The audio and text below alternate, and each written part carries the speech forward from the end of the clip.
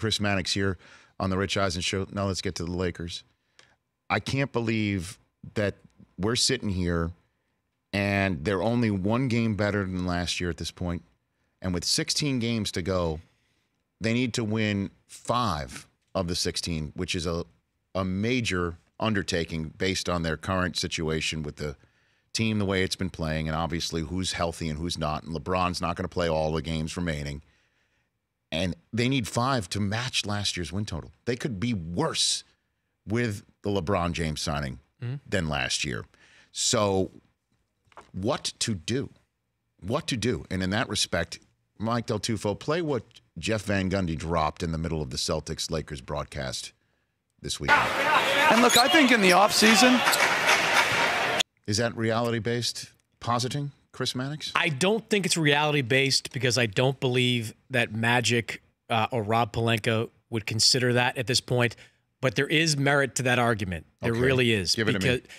Look, the Lakers, if they don't get Anthony Davis this summer in a trade, they're in trouble. Because if you look at the class of 2019, the Lakers are not atop any of the wish list of most of the players out there. Not Kawhi, not Durant, Jimmy Butler, maybe they can overpay for, whatever.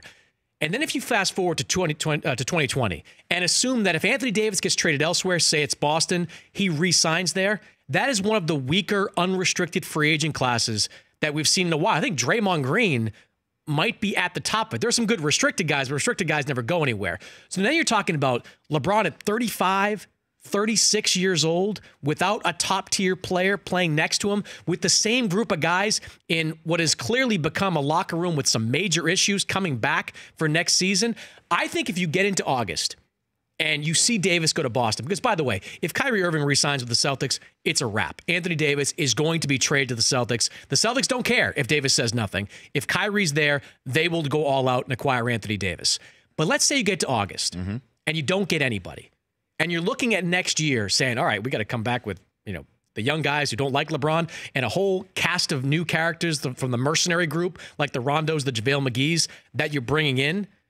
I think you have to start at least exploring the market. I'll tell you which team they should talk to. Okay. The Denver Nuggets. Last year, the Denver Nuggets were frantically trying to get a meeting with LeBron James. They wanted to sign LeBron, and they thought they had a great sales pitch for LeBron coming in, even on a one-year deal, just coming there and playing with their young guys. The Nuggets, if they get beat early in the postseason, and they're looking great right now, but if they get beat early in the postseason, I could see that front office making calls to the Lakers, seeing if they're willing to do a deal. And you heard Jeff Van Gundy say, trade LeBron into cap space. You don't really have to do that with Denver.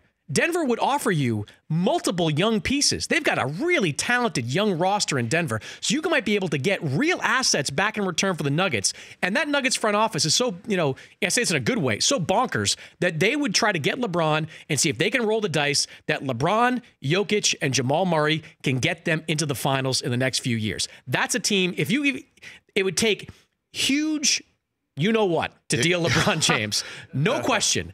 But if you don't believe that you can build a championship team around him in the next 2 years, because that's really what we're talking about. We've already seen LeBron decline over the last, defensively certainly, and in various other ways. If you don't think you can build a championship team in 2 years, that is absolutely a phone call I would make.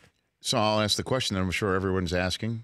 He doesn't have a no-trade clause in his contract? The NBA doesn't really do that. There's certain criteria you have to meet to get no-trade clause. There's only been a handful of players in recent league memory. And being the only guy in the top 10 in scoring and assists doesn't get you that? You think LeBron could ever have imagined that this would be a topic of conversation? No, I know. Look, do you know how many people get married without a prenup? I mean, I'm using your language, Mike, right? I mean, you never think about it. You're in love. It's love at first sight. And it's not like, you see, in the NFL, guys threaten to retire. LeBron's not threatening to retire. Like, he gets traded to the Nuggets, he's going to wind up going there. Really?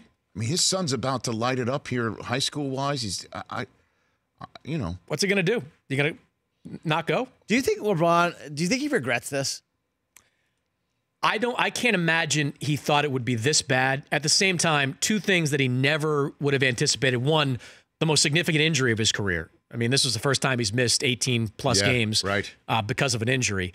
And the Davis thing becoming so toxic. And the Davis thing, which was done in theory to get Anthony Davis to the Lakers, wound up causing even more damage to the Lakers than was already there, because guys were looking around in the locker room, and this was LeBron James coming in and started the season being like, we're going to build something here. We're going to make this team a winner. I was at training camp for several days listening to these guys talk about how LeBron's going to help us. He's going to teach us. We're going to be a better team. And then you get to late January, and it's like, well, LeBron wants us out of here because, his agent orchestrated all this with Anthony Davis. So I don't think I knew he expected it to be a struggle. No way could he have possibly expected to be this kind of struggle. The Rich Eisen Show, weekdays at noon Eastern on Audience.